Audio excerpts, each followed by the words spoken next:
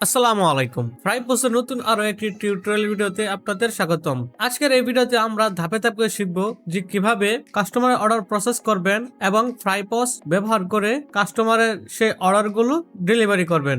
আপনি যদি রেস্টুরেন্টের মালিক, ক্যাশিয়ার বা ম্যানেজার হন তাহলে এই ভিডিওটি আপনার জন্য খুবই গুরুত্বপূর্ণ। তো আর দেরি না করে চলুন শুরু করা যাক। তো প্রথমে আমরা আমাদের ফ্রাই পোস্ট সফটওয়্যারে লগ ইন করে নেব। তারপর এখানে দেখেন একটা অপশন আছে অর্ডারস নামে। তো আমরা সেই অর্ডারসে ক্লিক করব।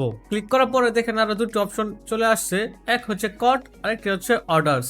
তো কট হচ্ছে আপনার অর্ডার গুলো প্রসেস করার জন্য যে কিচেনে যে মেনুগুলো দিচ্ছেন সেইগুলো, এবং অর্ডার হচ্ছে যে আপনি কাস্টমার কাছ থেকে কি কি অর্ডার নিয়েছেন। তো প্রথমে যেহেতু আমরা কট আছে তো কটে চলে আসবো। তারপর দেখেন যে এখানে আপনার অর্ডারটি প্রসেস হওয়ার জন্য কতগুলো অর্ডার আসছে সেগুলো এখানে সব দেখতে পারবেন। যে টুডে দেওয়া আছে, আমি কারেন্ট উইক দেই, আপনি সবভাবে চেক করতে পারবেন যে কতগুলো অর্ডার আসছে এই কটে এবং কতগুলো পেন্ডিং আছে, কিচেনে কতগুলো রয়েছে, কতগুলো ফুড রেডি হয়েছে এবং কতগুলো অর্ডার ক্যান্সেল হয়েছে, সবকিছু কিন্তু আপনি এখানে দেখতে পারবেন। এবং তারপর আছে দেখেন যে অর্ডারস। তো এই অর্ডারসে যদি আসি তাহলে আপনারা যে আজকের দিন টুডে এখানে দেওয়া আছে, টুডে তে যদি ক্লিক করেন তাহলে আজকের যতগুলো অর্ডার আছে সবকিছু কিন্তু কাস্টমারের অর্ডার গুলো এখানে দেখতে পারবেন। এবং এখানে ডেট বাই ডেট আছে, সেটাও আপনি দেখতে পারবেন। তারপর দেখেন শো অল অর্ডারস, এখানে সব অর্ডারস গুলো এখানে দেখতে পারবেন যে পেমেন্ট কতগুলো রয়েছে, ডেলিভারি কত হয়েছে, পেড কত হয়েছে, ড্রাফটে কত রয়েছে, কটা কত রয়েছে, এবং আপনার সকল ওয়েটার লিস্ট গুলো কিন্তু এখানে এক ক্লিকে আপনি দেখতে পারবেন। আমি যদি আপনাদেরকে একটা ডেমো দেখাই তাহলে দেখেন এই যে নিচে কিন্তু একটা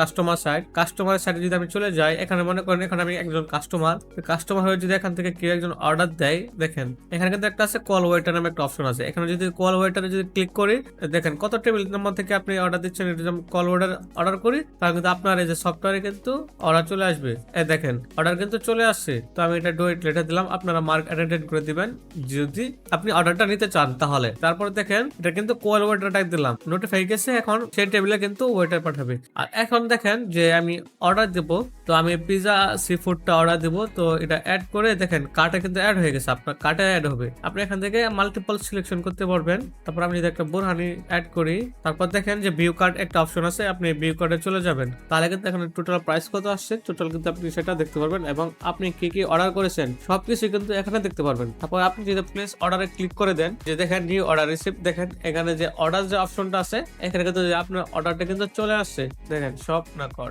দেখেন যে এখানে কিন্তু আপনি অর্ডারটা দেখতে পারবেন যে পিজা সি ফুড বোরানি দুটো কিন্তু অর্ডার দেওয়া আছে। কোনটা যদি দেয় তাহলে কিচেনে আপনার যে সফটওয়্যারটা আছে তাকে অর্ডারটা কিন্তু কনফার্ম করতে হবে। অর্ডারটা কনফার্ম করে আপনি অর্ডার প্রিপেয়ারিং দিয়ে দিবেন, কোনটা দিয়ে দিবেন আপনার যে অর্ডারটা। তারপর সেখান থেকে যদি বলে যে ফুড ইজ রেডি, তাহলে আপনি ফুড ইজ রেডিতে ক্লিক করে দিবেন। তারপর অর্ডার সার্ভের জন্য প্রস্তুত, অর্ডার সার্ভে দিয়ে দিবেন। তারপর আপনি এখান থেকে ক্লিক করে বিলটা বের করে দিবেন। বিলটা বের করে কিন্তু আপনি সেই কাস্টমারকে অথবা যে টেবিল থেকে অর্ডার আসে সেই টেবিলে কিন্তু আপনি এটা পাঠিয়ে দিবেন। দেখেন আমি যেখানে order placed, order confirm, order preparing, food is ready, order subject দেওয়া আছে, সবকিছু কিন্তু এখানে দেখতে পাচ্ছেন। তো কাস্টমার কিন্তু এখন আপনার অর্ডারটা কিন্তু দেখতে হবে, যে কাস্টমার অর্ডার দিয়েছে তার কিন্তু ফুডটা রেডি হয়ে গেছে। তো এখন জাস্ট সেই কাস্টমারকে ডেলিভারি করা হবে। তো এই ছিল অর্ডার এর কাজ। তো দেখা হচ্ছে পরবর্তী ভিডিওতে। আল্লাহ হাফেজ।